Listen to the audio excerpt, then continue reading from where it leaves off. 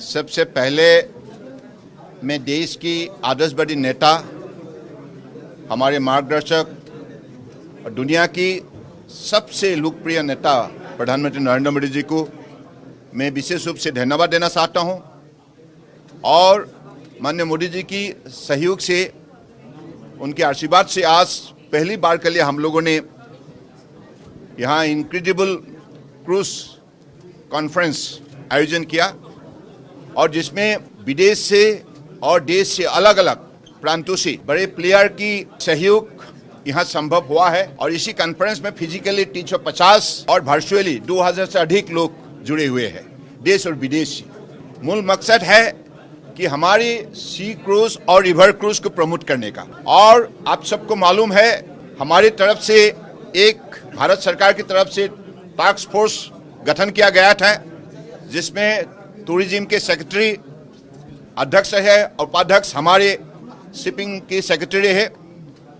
तो उनकी तरफ से देश के अंदर बसे हुए जो शक्ति है, जलमार्ग में बसे हुए शक्ति है, सागर है या नदी हो, उसको कैसे हम प्रमोट करें, इस विषय पर काफी चर्चा हुई और आज इसका एक परिणाम है। और आज हम लोगों ने देश और विदेश से जो भी प्रमुख प्लेयर है, क्रूज टूरिज्म को बढ़ावा देने में जिन्होंने प्रमुख भूमिका ली है, तो उन लोगों का विशेष रूप से आज यहाँ अलग अलग सेशन में अपनी खुद की उपलब्धि वो बताएंगे। और हमारा लक्ष्य होंगे कि अगले दिनों में इस इंडस्ट्री को कैसे दुनिया का सबसे बड़ा इंडस्ट्री के रूप में हम खड़ा करें। तो इसी लक्ष्य को हासिल करने के लिए हम लोगों ने आज 2 दिन का इस बैठक बुलाया है और निश्चित रूप से ये बैठक सफल होने जा रहा है। शुरुआत भी बहुत अच्छा हुआ है और देश के अलग अलग प्रांतों से भी, प्रदेश की तरफ से भी मंत्री और अधिकारी की उपस्थिति में ये सभा हुई है। और इससे जो भी उपलब्धि हासिल होंगे, मुझे लगता है कि सारे देश में रिवर क्रूज और सी क्रूज को बढ़ावा देने में हर प्रदेश सरकार भी प्रमुख भूमिका लेंगे। भारत सरकार की तरफ से जो भी टास्क फोर्स गठन किया गया है और हमारे मंत्रालय की तरफ से उसी टास्क फोर्स को सहयोग करने के लिए हमारी तरफ से I declare constitution of A advisory committee, high level advisory committee, जहां हमारे सरकार के अधिकारी होंगे और साथ साथ में बड़े जो भी क्रूज टूरिज्म के सिलसिले में नेशनल और इंटरनेशनल जो प्लेयर है, उनको भी हम सदस्य के रूप में इस एडवाइजरी कमेटी में शामिल करेंगे, ताकि ये एडवाइजरी कमेटी हमारे टास्क फोर्स को मदद कर सके और अलग अलग समय पे वो अपने मतलब सुझाव दे सके, आइडिया दे सके।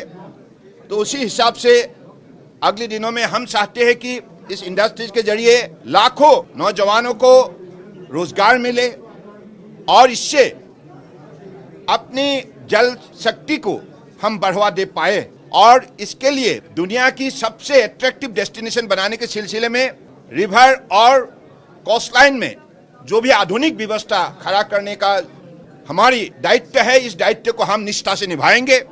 इसके लिए जरूरत जिस हिसाब से होंगे, उसी हिसाब से पॉलिसी प्रोग्राम के सिलसिले में भी हम अगले दिनों में निश्चित रूप से कदम उठाएंगे। और मुझे लगता है कि 2017 में जिस हिसाब से शुरू हुआ था, बीच में कोविड-19 पेंडेमिक की वजह से रुक गए थे, लेकिन आज फिर से ये क्रूज टूरिज्म शुरू होने जा रहा है। और मुझे लगता है कि आज जिस हिसाब से देश और विदेश की अलग अलग स्टेक होल्डर इस समिट में भाग ले रहे हैं, उनके साथ आज सुबह 1 घंटा का हमारे इंटरेक्टिव सेशन हुई थी। उस सेशन में उन लोगों ने इच्छा व्यक्त किया है कि अगले दिनों में भारत सरकार का साथ मिलकर वो इस सेक्टर को बढ़ावा देने के लिए अपनी तरफ से वो एप्रोप्रिएट कदम उठाएंगे। Definitely this is going to be, because it has already been experimented, and in 2017 whatever way we got the response, it was unique. Now it is going to improve.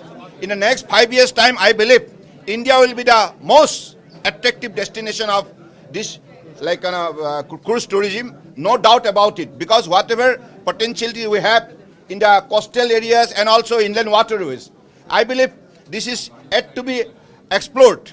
It is still untapped. So now we exploit it perfectly by applying our most modern, method and also initiative.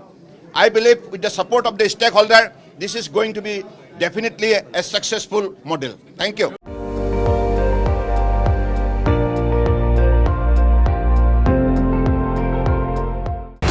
আপুনি চাই আছে ND24 সৰ্বশ্ৰেষ্ঠ নহয় সৰ্বোত্তমৰ দৌৰত।